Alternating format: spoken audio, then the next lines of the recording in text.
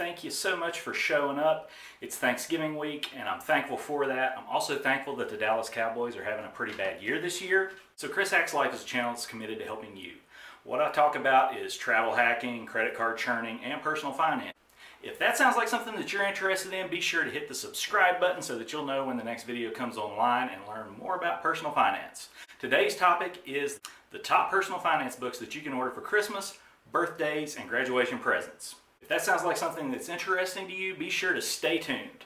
Before I get started on the best personal finance books, I'd like to encourage you to hit the like button, just smash it, slap the snot out of it, beat it up, whatever.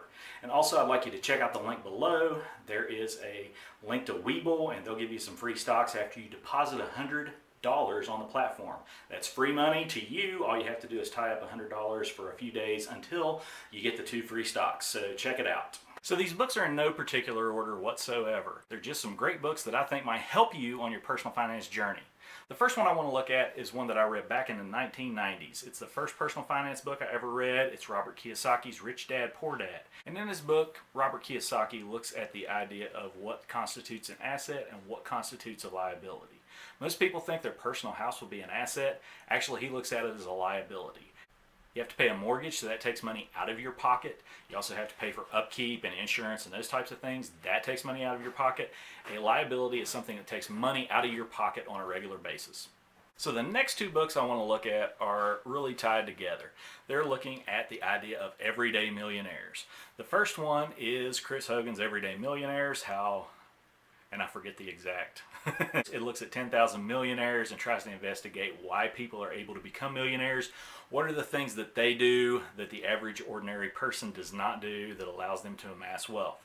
The other is a classic. Now, I don't have this one personally, but I've read it from my library in a very large print version. It's Thomas Stanley and William Danko's Millionaire Next Door, and it looks at people who just spend less than they make on a regular basis. It's unassuming folks that aren't flashy. They're not driving $50,000 trucks. They're not driving, Maseratis or Lamborghinis or Bugattis or anything like that. They're just driving, old beaters. They live in very modest houses, yet they're able to amass a lot of wealth because they don't try to look rich.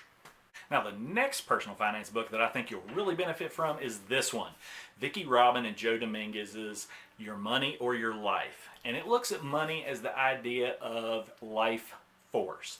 You spend your life force to get money, which allows you to get other things.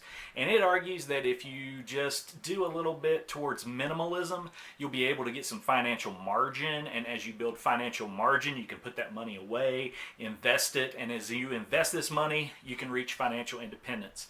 This is the first book that really goes into financial independence and that concept that really took off. And it's spawned a lot of other books and a lot of blogs on this idea of FI.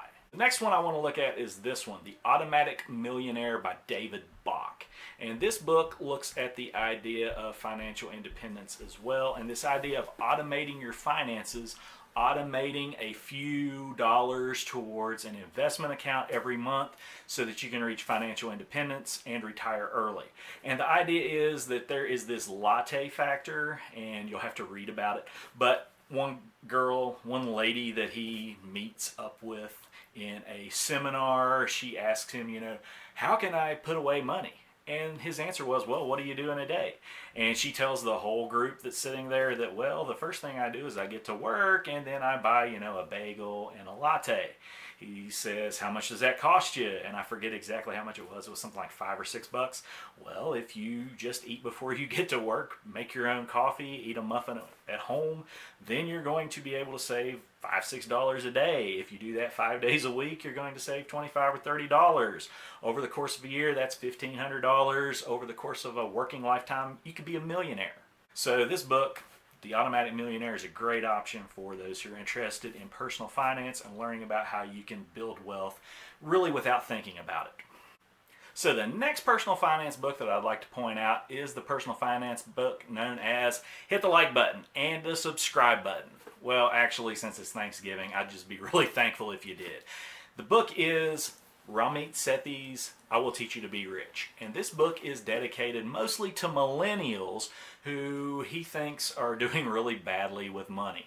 There is student loan debt, credit card debt that these people have, and he tries to get people to understand that you can automate your finances, get a cheap or free banking account.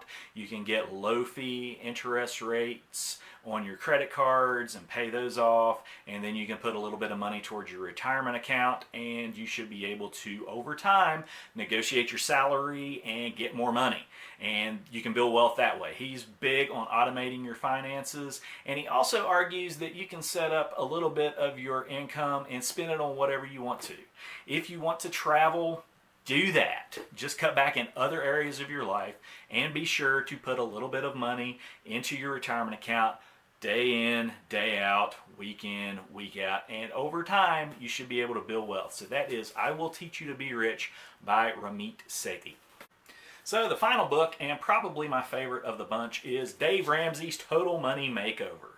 And I don't agree with everything Dave Ramsey says. For example, I hold credit cards. I also don't think it's very reasonable to get 12% returns on high fee mutual funds, but other than that, it's a really great book. It's a great book that emphasizes Dave Ramsey's 7 baby steps.